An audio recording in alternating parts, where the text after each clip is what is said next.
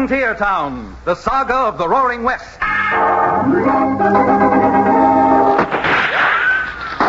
Frontier Town.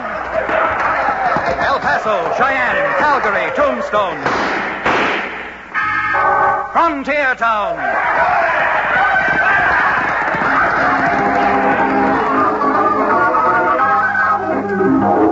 Here is the adventurous story of the early West, the tamed and the untamed. From the Pecos to Powder River, Dodge City to Poker Flat. These are the towns they fought to live in and lived to fight for. Teeming crucibles of pioneer freedom. Frontier Town!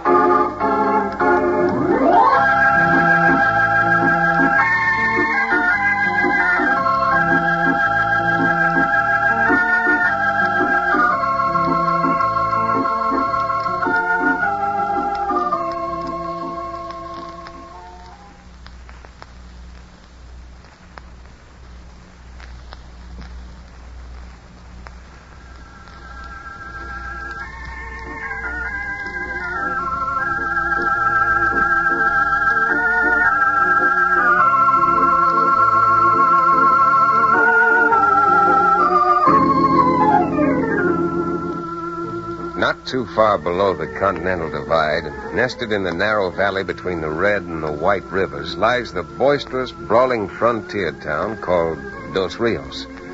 That's where I come from. And the little shingle hanging outside my office above the livery stable reads Chad Remington, attorney at law. Now that you know who I am, maybe you're thinking a saddle-stop lawyer leads a pretty dull and humdrum life. But don't you ever believe it. No, sir. With the few good folks we have and the few bad ones out my way, life is pretty raw most of the time. Well, just take what happened to me about a month ago. Cherokee O'Bannon, who owns the livery stable, now that he's reformed from peddling his rattlesnake oil, came hot-footing up the rickety wooden steps which lead to my office, a copy of our weekly newspaper clutched in his hands. Ted, just wait. Just wait here, my boy, and see this. Oh, what have you got there, Cherokee? A new formula for a patent medicine that is absolutely guaranteed to cure bad livers, cold shivers, sore withers, and heaves? Nothing of the sort, nothing of the sort. Just read this, right here in this box at the front page. Okay, here, let me have it. Oh, federal government throwing Tioga National Forest Reserve open for homesteading. Well, opening up the Tioga Reserve means turning over about 6,000 square miles for settlement. Absolutely correct. And if you know that territory, you'll be as excited as I am. Why, Chad, I believe that Tioga country is even richer than the Dos Rios Valley. Well, now, maybe I'm thinking a little slow this spring weather, but you're going to have to explain to me how it affects you. Chad, you know me well enough by this time to know that I'm not a mercenary man. Why, a dollar doesn't mean any more to me than... Then you're good right on. Than my good right? No, certainly not. The only real use I have for money is not for the real me, but for the other me, the drinking me. However, when I think of all the folks who are going to make that run into Tioga and settle there, it makes me realize they're going to need horses, and that a livery stable, getting in on the ground floor, should coin money, extended palm over closed digits.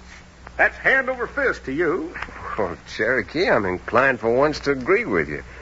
A livery stable there stands a fair chance of making some money.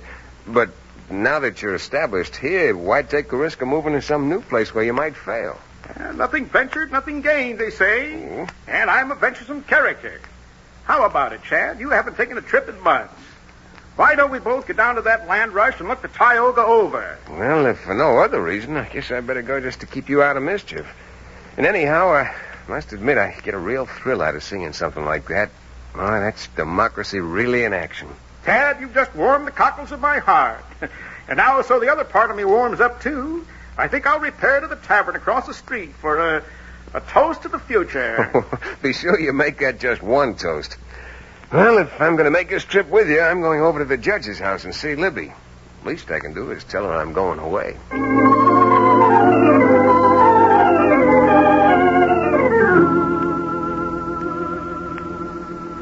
Shortly after sunrise, 2 mornings later, we crested the brow of the hill and looked down on one of the most satisfying sights man's eye has ever been privileged to see. Stretched out in a thin line for more than a mile were horses, mules, wagons, and even a few high-wheeled bicycles, anything and everything a man or a family could ride in which would take them into the race for a piece of that rich Tioga land. Even Cherokee was impressed. Chad, and this comes from my heart, this is the most inspiring sight I have ever seen. Oh, it certainly is. History's being made right before our eyes this morning. Can you explain to me exactly how this land rush works? Well, as best I understand it, to make sure that everyone has an equal chance, that no one gets in first and stakes out the choicest land, the government's put up a barrier. Yes, I see the barrier down there now. Well, then you can see all the cavalrymen down there policing the barrier. Well, in just about 10 minutes, if my watch happens to be right, a bugler's going to come out and blow boots and saddles. Boots and saddles, eh? Yep, to warn everybody to get ready to start. And then a few seconds later, an officer will trigger a rifle. And that shot will be the start of the greatest land rush in history. I never saw this many people all together at once, even when I was making a high pitch from the back of my medicine wagon. Men, women, children, dogs. Look at them all. Instead of looking at them, let's get down there with them before we miss the starting gun. Up there, fella. Come on.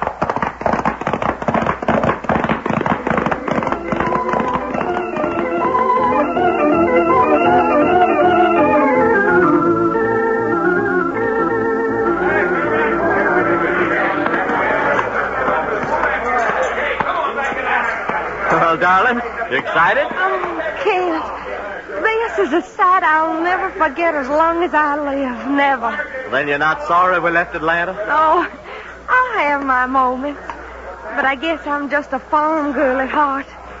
320 beautiful acres to work with our own hands.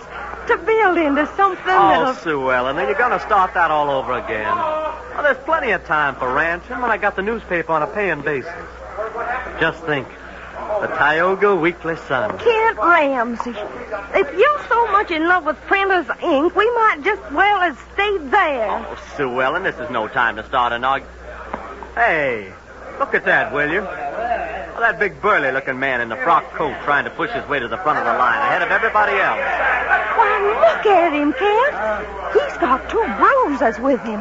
Probably his bodyguards. Well, he better not try to push his way in front of us. Take it easy, take it easy. There's plenty of land to go around. Come on, Fritz, Whitey, let's get through here. Kent, he is going to try to get ahead of us. All right, come on, make a little room, Bill. It's all right, brother.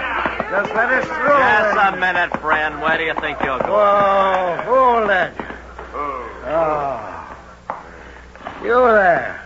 Oh, that you just said? I said if you think you're going to crowd in ahead of us after we've been waiting up here in line for more than 14 hours, you've got another thing coming. Kent, darling, be careful.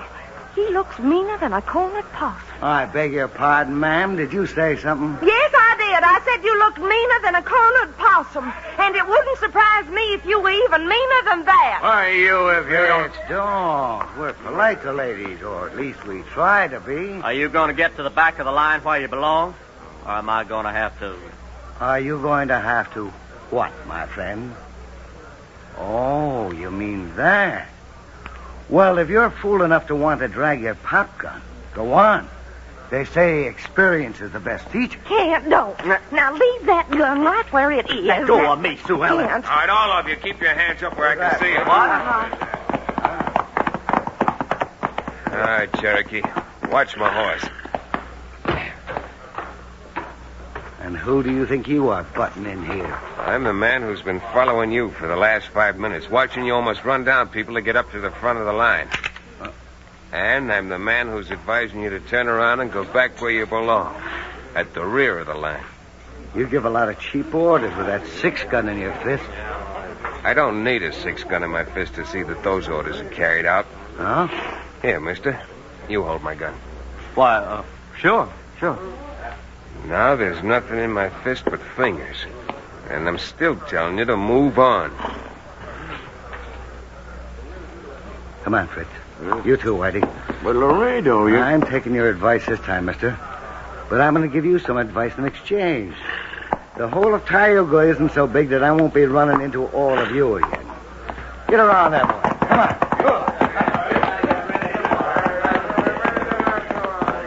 Really, I haven't got words to thank you enough for what you did. Most of the doing you did, ma'am. When you grabbed your husband's hand and stopped him from drawing his gun, one of those bodyguards of the man they call Laredo had time to get his out just in case his boss was too slow a draw. That's when I thought it was time for me to interfere. Well, if you're rushing into Tioga with the rest of us, you stay right up better here. get back on your horse. Here comes the bugler. Oh, here it comes, honey. Get ready. Come on now, get all ready. Go on. Get ready to go. Look, folks, I've got to get mounted. Riding horses, we'll have a better chance than you folks with your wagon. So Cherokee and I'll go ahead and you follow us. I'd feel better about Mr. Laredo if we were all together for a while.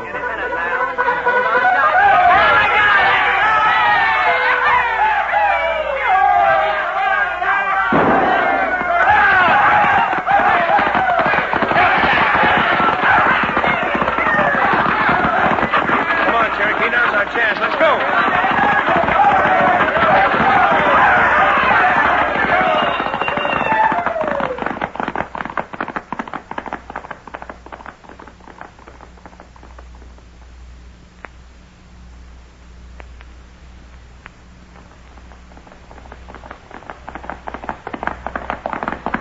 Along there, boy. We're doing fine, Chad. Outdistance almost everybody. Oh, I'm not complaining. I just had a flash of 2 or 3 riders cutting up through those trees to our right. Maybe a shortcut. Through those trees? Yeah. And from here it looks as if one of those men is wearing a frock. Chad! Merciful Providence! Whoa there! Whoa! Chad, are you all right? Chad, where did that slug hit you? Great gilded Gilhooly. What am I going to do now? Here I am in the middle of no place, and Chad Remington's been shot clean off his horse.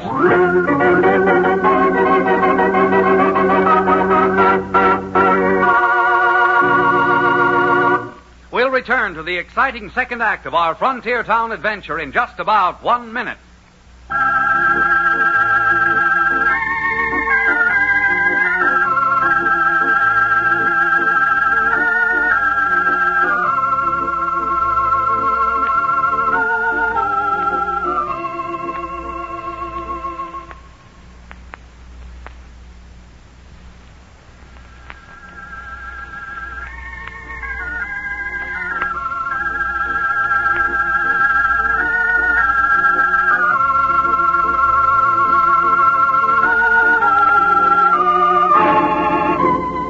And now, Frontier Town. Well, for a change, Cherokee had been right. I most certainly had been shot off my horse. A soft-nosed slug from a carbine hit my shoulder and spun me out of the saddle like a pinwheel.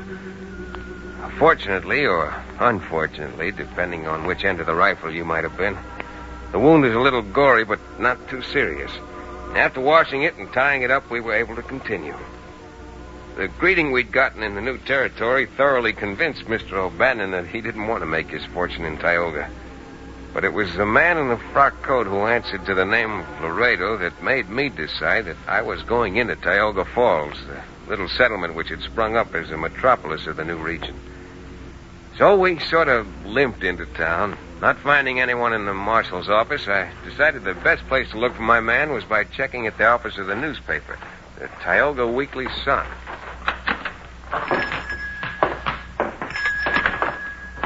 Madam, would you be good enough to give us some information? Oh, why, certainly. Well, it's you two again. Kent, my husband and I followed you for several miles, but... Oh, dear, what happened to you? Being in a newspaper office, let's just say it was a little accident. Oh, Kent! Oh, Kent, darling, who do you think's here? My husband's back in the press room setting up part of this week's edition. Are you calling me Sue Ellen? I thought I heard you... Hello! Am I glad to see you two again? Well, I don't say this from politeness. We're glad to see you and your wife alive. Huh? After what happened to Chad, we didn't know if they gotten you, too. If who all had gotten us? That gent we tangled with the other morning at the starting line. The one in the frock coat. Oh, you mean Laredo Jake Ellison? Laredo Jake Ellison, huh? How come you know his name? Oh, why, didn't you know? He's opened a bar, a hotel, and a gambling hall, and he's practically running this town already. Did you say a bar? Oh, now, Cherokee, you're incorrigible. Tell me, how'd you happen to open a newspaper office? From the looks of what you had in your wagon, I'd have thought you were going to get yourself a ranch. Now, you see, Kent, you even look out of place in a newspaper office. Well, gentlemen, it's a long story. But if you're really interested, sit down and I'll tell you.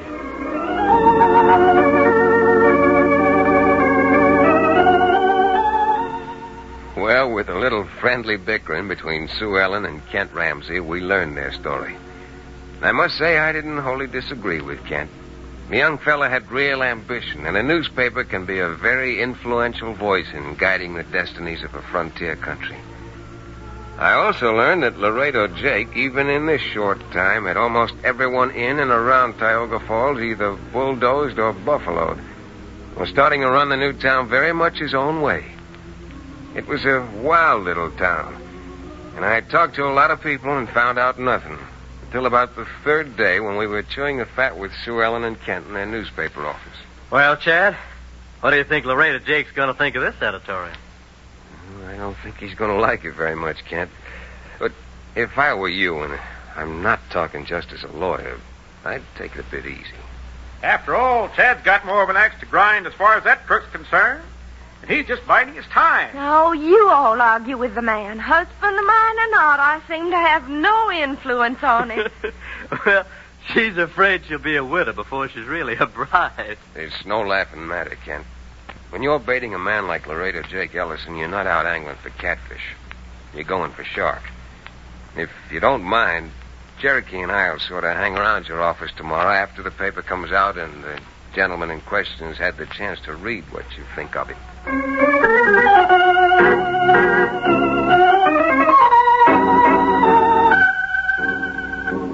What Kent Ramsey printed in the Tioga Sun would have raised the hackles on a more self-possessed person than Mr. Ellison. Well, we waited most of the day, and then late in the afternoon we saw him coming. Cherokee and I shifted our holsters just in case and waited for Laredo to say so. Boys, I'll tell you why I dropped in. I come by to congratulate the Ramseys on getting out a fine fighting newspaper. I believe that about as much as I believe that my rattlesnake oil cures lead poisoning. You're wrong, my friend. Because in this last week, I've had my eyes opened. You're lucky someone didn't close it. Yes, sir, I've had my eyes opened. I never knew before what an enormous influence a newspaper can have in a town. Mr. Ellison, we'd appreciate it if you'd stop beating around the bush. All right, Mrs. Ramsey. Since finding out how important a newspaper is, I've decided to make you an offer to buy you out. An offer I don't think you'll refuse. And suppose I do refuse, what then? What then? I don't know. I can't make you sell out. But I don't think you're going to turn down an offer of $10,000. Ellison, I wouldn't sell out to you for $30,000. You know, I've always heard that literary men didn't have good business heads, but I never believed it before. Well, there's no use wasting any more time. I'll just be bidding you a very pleasant good day. Well, how do you like that? Here I was sitting with my both fists cocked, all ready to go, and he talked so sweet butter wouldn't melt in his mouth. I'll bet you he's got something up his sleeve. So will I. Why, he's so persnickety mean, I wouldn't even throw him in a swamp to alligators. My word. At this rate, Chad, we could spend 6 months down here trying to find something on that galoot. Trying to find something on him. Well, I guess I might as well confess it. That little accident which put a bandage on my shoulder when I rode into town, I'm afraid was no accident at all. But had been planned by Tioga's leading citizen, the right dishonorable Jake Ellison. Chad hadn't been turned halfway around his saddle, he wouldn't be here to tell the story. Why, that vicious, sneaking, no good. Imagine, Kent. You know what I got a good mind to do, Chad? I got a mind to run that story of yours about Laredo right smack on the front page of my next edition. Nothing doing, Kent. Even as poor a lawyer as I am, I know we haven't got a case built against him yet. Case? Why, y'all just said he tried to kill you. We all just told you a little story. A story no one can prove. Well, then how are you going to prove anything against a contemptible crook like that? By exercising a little patience. Now, for example, he wouldn't be so sure of himself that he'd come in here and offer to buy your paper if he didn't feel he had this town and this whole country right where he wanted it. So? So I'm expecting that life around Tioga isn't going to be as peaceful even as it has been. No, there are too many gunslingers hanging around his cafe to be just waiting for Sunday to go to church, if we had a church. I'll make book on that and give you 6-2 and even. Not bad odds either. Suppose you're right, Chad. Well, then, I think we can take a leaf out of Laredo's book and play it smart ourselves. When you got a newspaper, mister, plus a little patience, it shouldn't be too hard to prove that the pen is mightier than the sword.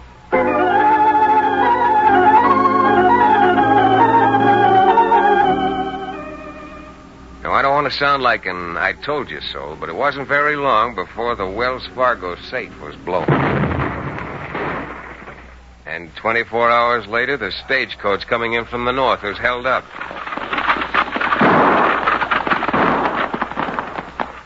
And then the very same night, 2 men who'd won at Faro never got home. Well, the next afternoon, Cherokee got himself a little Dutch courage at one saloon and then walked over to the place that Laredo Jake ran. Well, Laredo, here's to you. Here's to all of us, Fitz. Drink hearty. Yeah. I cut up the Wells Fargo money today. $1,200 apiece. You stick with Laredo, Jake, Ellison, Fitz, and you'll be wearing... No, I wonder what this monkey wants. You looking for me, my friend? No, sir. I was looking for a fellow called Fred. Mr. Ramsey down at the newspaper office asked me to find him. Oh. Well, Fritz ain't here just now, but I'm expecting him soon. Tell Ramsey I'll give him his message and send him down. Thanks. Thanks very much. Sure to do it. What the blazes do you think they wanted me at the newspaper office? What do you think? Probably figuring to pull a double cross on me. Pump you. Why, he's loco. You go down there, Fritz. See what he wants. Huh? If he gets too hard to handle, well, you know what to do. Oh, sure, Laredo. You heard me. Now get going. I can't wait to find out what this is all about.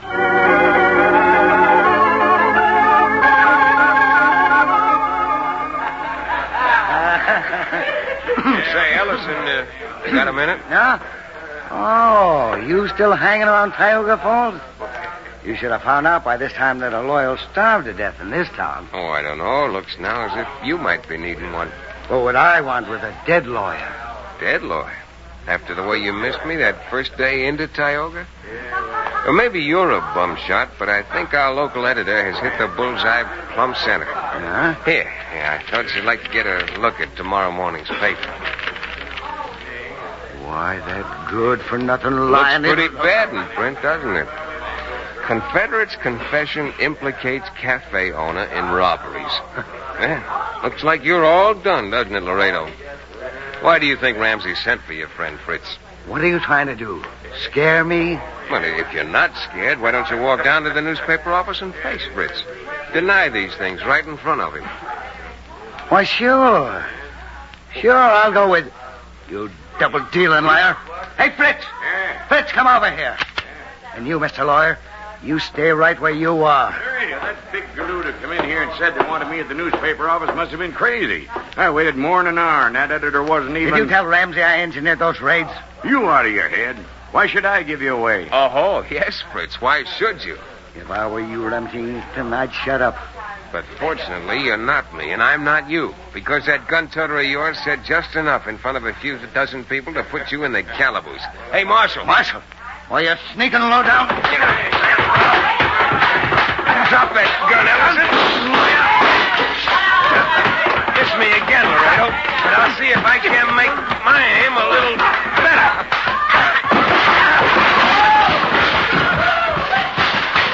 Now, Fritz, you don't want to end up worse off than your boss. Just take it easy.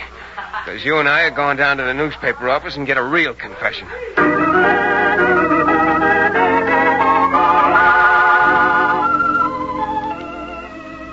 Should have seen Chad.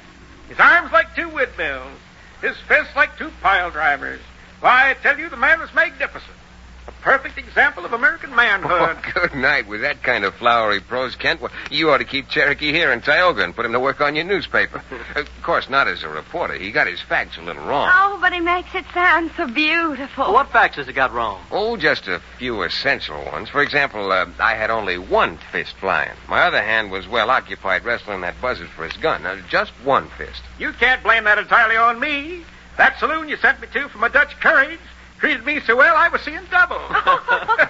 And moreover, Mr. Remington, I was not wrong when I say that your brilliance, your sheer and unmatched genius, gave birth to the idea which caught that crook. Cherokee's right about that, Chad. It was you who had the idea to print up a single copy of the paper with that phony headline to trick Ellison. Maybe it was phony, but now you can run 3,000 copies of the paper with the same headline because it's true.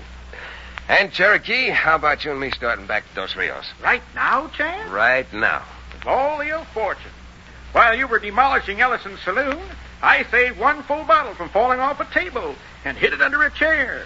Can I go back down there for just a minute? Nothing doing. I told you we'd stay just long enough to get our proof, and, Cherokee, I certainly didn't mean 100 proof.